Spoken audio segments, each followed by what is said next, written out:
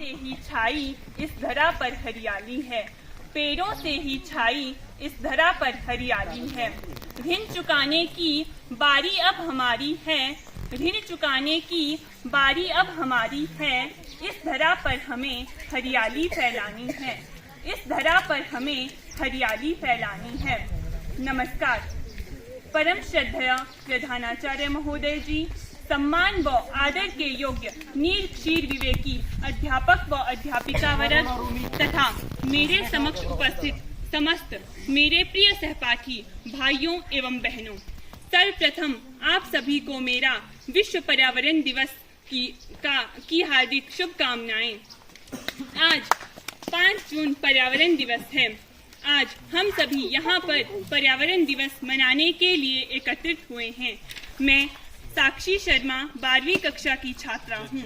मैं आप सभी के सामने पर्यावरण दिवस के इस उपलक्ष्य पर एक छोटा सा भाषण प्रस्तुत करना चाहती हूँ।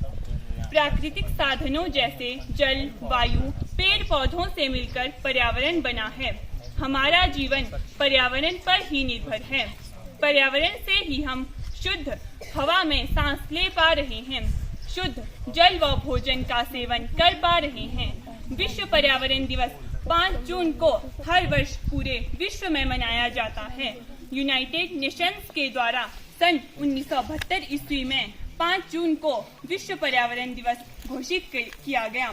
इस दिवस को पर्यावरण की सुरक्षा और संरक्षण को बढ़ावा देने के लिए मनाया जाता है।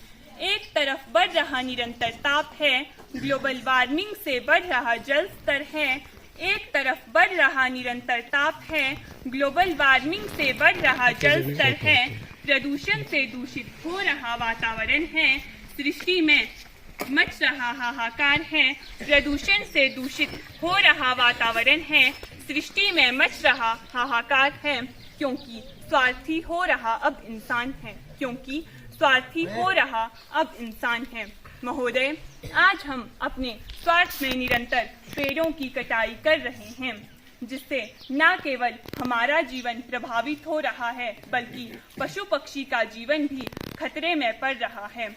हम निरंतर पेड़ों की कटाई कर रहे हैं। हम बड़े बड़े आलीशान मकान तो बना रहे हैं, पर क्या हम अपने आने वाली भावी पीढ़ी को समस्या की सौगात नहीं दे रहे हैं?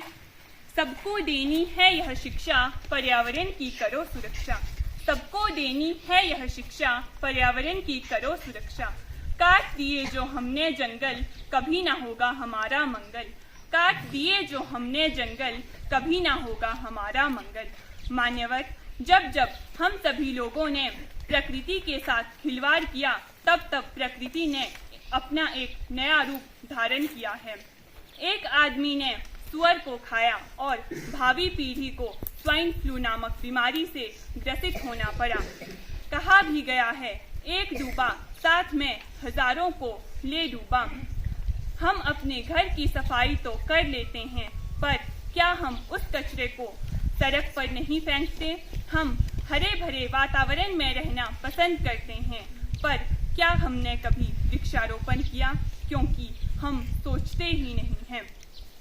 हम स्वच्छ भारत का स्वप्न सजाते हैं, पर क्या कभी हमने स्वयं खुद में परिवर्तन किया? जिस दिन हम अपनी सोच में परिवर्तन करेंगे, उसी दिन एक सुंदर व स्वच्छ भारत का निर्माण होगा। अगर प्रदूषण को इतना फैलाएंगे तो आपदाओं से कैसे बच पाएंगे? अगर प्रदूषण को इतना फैलाएंगे तो आपदाओं से कैसे बच पाएंगे? कुछ नहीं होगा केवल दिवस मनाने से, पर्यावरण शुद्ध और स्वच्छ होगा पेड़ लगाने से। कुछ नहीं होगा केवल दिवस मनाने से, पर्यावरण शुद्ध और स्वच्छ होगा पेड़ लगाने से। वनों की कटाई की वजह से निरंतर पशु पक्षी विलुप्त होते जा रहे हैं। हमें पर्यावरण की सुरक्षा एवं पर्यावरण को बचाने के लिए निरंतर पेड़ पौधे लगाने चाहिए।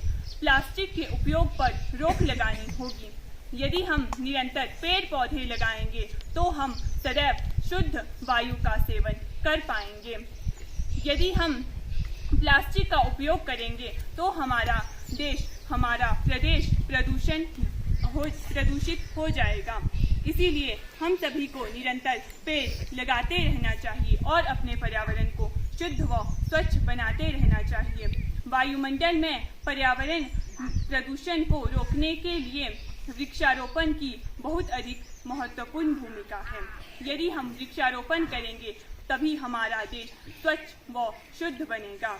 इन्हीं विचारों के साथ मैं अंत में अपनी वाणी को विराम देते हुए कुछ पंक्तियां कहना चाहूंगी। माँ की ममता और पेड़ का दान दोनों करते हैं जन जन का कल्याण। माँ की ममता और पेड़ का दान दोनों करते हैं जन जन का कल्याण। शुद्ध पर्यावरण पानी और हवा है जीवन जीने की अनमोल दवा। शुद्ध पर्यावरण पानी और हवा है जीवन जीने की अनमोल दवा। धन्यवाद।